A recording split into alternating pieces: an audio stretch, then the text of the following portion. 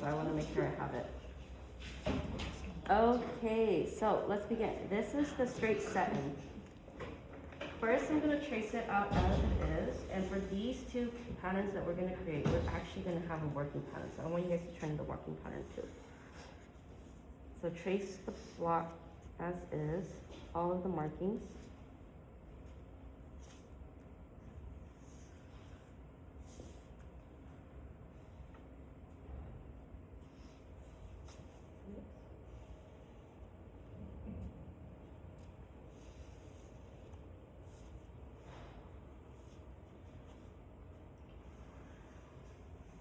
Okay. So we have our double notch here. That tells me that this is the back side. So, oh, thank you, Izzy. I'm gonna go ahead and just put back here so that I know that this is the back. I mean, that's just so that I know. I mean, I can always refer to the double notch. I'm gonna draw my out seam line. It's not really a seam, but this is the outermost edge of our sleeve. And then draw my horizontal lines.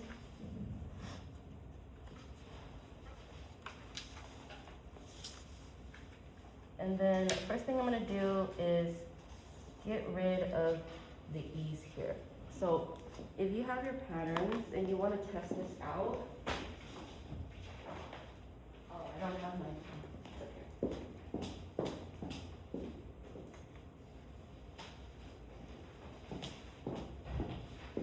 You can walk your pattern. Walking your pattern is just checking to see that your seams are aligned with each other. So if you walk, yep, our lines match up here, that's correct. Walk, oops. Right at the shoulder point here, I'm gonna pivot towards you. Is where it ends here. Now I'm gonna do my other side. This is just checking it. You don't have to do this. I mean, you can do it to practice, but this is just to check that whether or not your sleeve cap has ease, or if you wanna make sure your seams are straight or matched up. Walk. The corner ends here. So that is actually 1.25 inches of ease that we have. I don't really want all of that ease. I'm gonna actually eliminate it completely. Eliminating the ease, because if you can think about your, where you want your shoulder seam to be, if you want it to be off of the shoulder cap, you don't need that extra volume here. So pushing your seams down, you can eliminate that ease, so it's a nice smooth line here. I'm only demonstrating it for here, but because of the shape of the shoulder, I actually do recommend having an ease, but I'm gonna show you just how to do it if you did design it to have a drop shoulder. Okay, so using the section spread, I'm gonna close it up. Oh goodness, paper everywhere. Close it up at the top here. So to do that, I'm gonna cut in a few areas. I'm gonna slash on the bicep line first. I'm gonna cut it through. If you didn't want to cut all the way through, you can use your inseam points here, or the top of the inseam here, as your anchor points, and you can pivot it. But I'm just gonna cut all the way through. If you're removing ease from the sleeve, would you have to add it into the bodice, like for a drop shoulder? Ease, not for ease. Okay. If you were adjusting your shoulder completely, you wanted to drop your shoulder, you would start with the shoulder seam first, adding the length here. Whatever length you add here, you can do the same method, but you wouldn't call it removing ease, you're just gonna remove the material. Or another way to do that is just cut it and bring it down, the cap height. But what I'm doing is I'm trying to maintain the integrity of the armhole shape by closing it up here But if you were to do a dropped shoulder and you extended your sleeve here, your shape is already kind of changing. So if you bring this down, you're just shortening it from here to here. Does that make sense? It's a little bit confusing. Yeah, so you would only need the ease really if the seam is gonna be on the shoulder cap. Mm-hmm, yeah. That's why I don't really recommend ease to begin with, like as a, to learn as the first thing, because I think it's very confusing, but the pattern itself already has ease, so we're working with it. Okay, so to close it up, I'm going to pivot in a few places. These corners are gonna stay the same. So if I, oh, let me get my tape.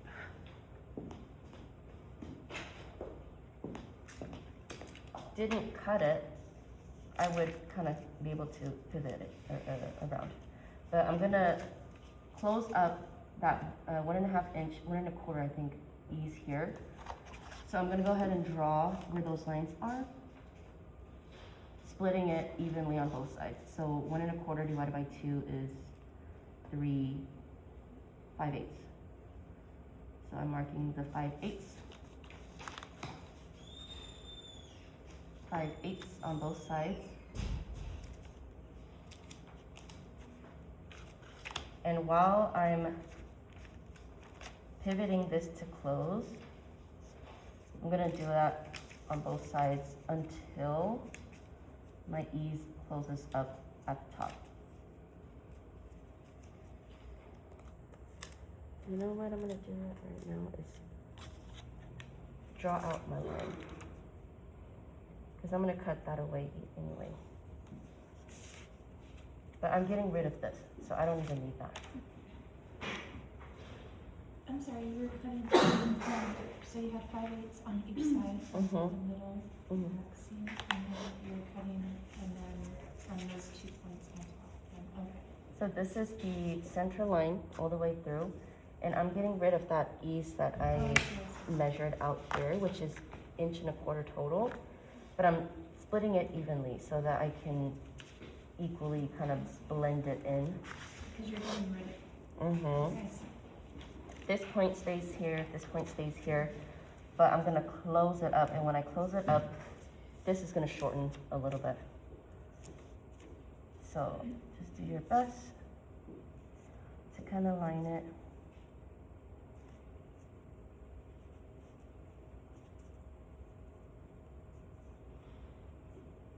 And now this line doesn't match up, but up here matches up. So my line up here matches up. I'm pretty happy with that. I'm gonna tape it down.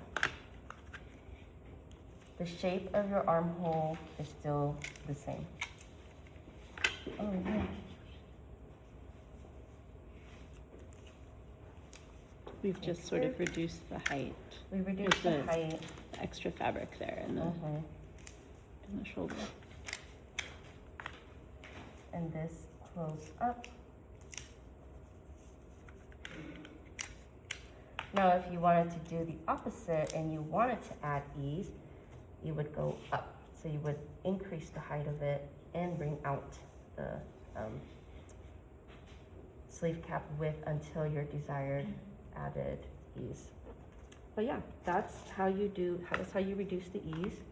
Now I'm gonna just blend this smooth with my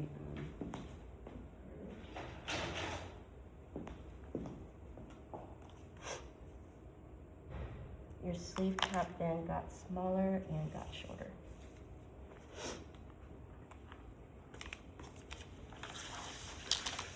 And then that is the sleeve cap. All of the adjustments there.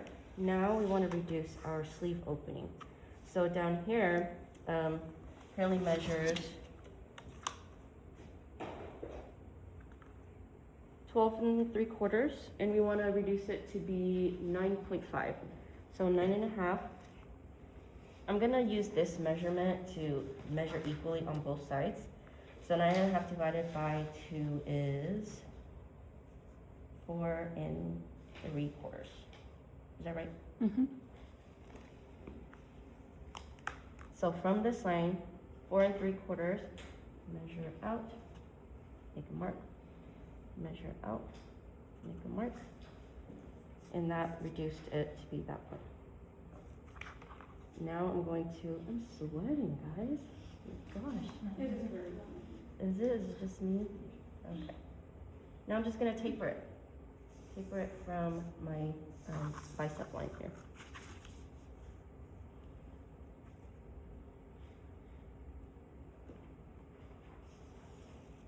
Boom. Done. We don't need that anymore. We don't need that. Go ahead and draw out our line. You can use this as your final pattern, or if you want this to be a working pattern, you would then just like copy this onto a new piece. My notches up here, just want to make sure I have it. And I have my two here. And then I think I'm good. I'm gonna go ahead and do my seam allowances. 1/2 inch all around. When I get down here is where I'm gonna add my 2 additional seam allowances. So on the sketch, it's asked for a 1 inch double turn back. What that means is the finished height of the hem allowance is 1 inch. So the 1 inch is usually just like the top stitch that is measured. So we'll measure out the 1 inch. And then on top of that, we're gonna do another, right on the edge, another 1/2 of an inch so that we can then fold it once and fold it twice. So that's once, twice, double fold. On the muslin, when you're sewing it, you would then iron it once and then iron it a second time. So those are our lines. My 1/2 inch is actually right along the edge here, so I don't even need to do anything there. But before I cut, I need to true my hem allowance. To true your hem allowance, you're going to, well, you would have already like completed your seam allowance all around.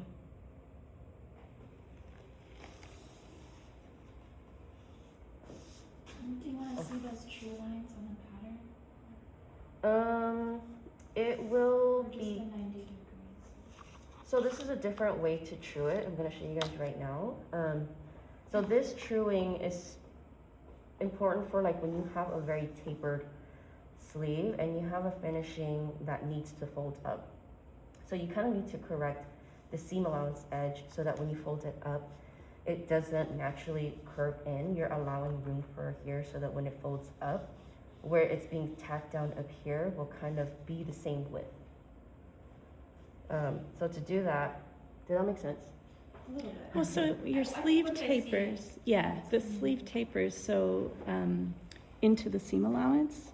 And so if you were to fold that up, it would be narrower than the width of the sleeve where you're folding it up to. to. Make sure that you have enough room for the cuff. Yeah. Let me show you how it would look like if I just did a straight line here, tapered in without truing it. So this side is the not trued. And this side is going to be the true. So when I true it, I'm going to fold it as if I'm sewing it down, folding it at the 1/2 inch. Oh my gosh. And then folding it at the 1 inch. Yeah, so that when you're sewing it like this because you would have already done the seam allowance, folded it, top stitched it down. Right here, you can kind of see the edge of the fold is lesser. Yeah. So here, to correct it, we're just gonna true the seam allowance and make sure that we have that width correctly at this location here. So you can either mark it out and then retrace it on the other side, or you can just cut it. I'm just gonna cut it. And I'm cutting it at the seam allowance, not the actual stitch line. Oops.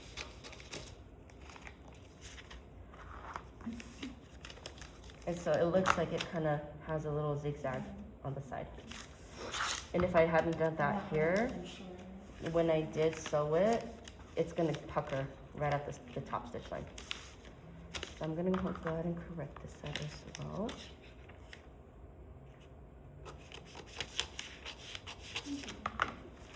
So that's a good like 1/8 of an inch. That would have been an issue if I sewed it. All right, seam allowance, and then add your marking, well, there's not much marking, you just have to mark your notches. Do your labeling, add your grain line, and this one's good to go.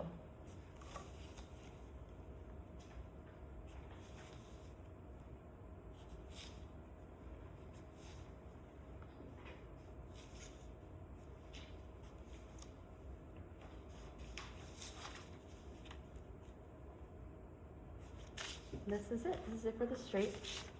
Just one piece. There's no hurry. And we would say cut one pair for Cut- 2 arms. Yes, that's right, because you have 2 arms. Cut 2.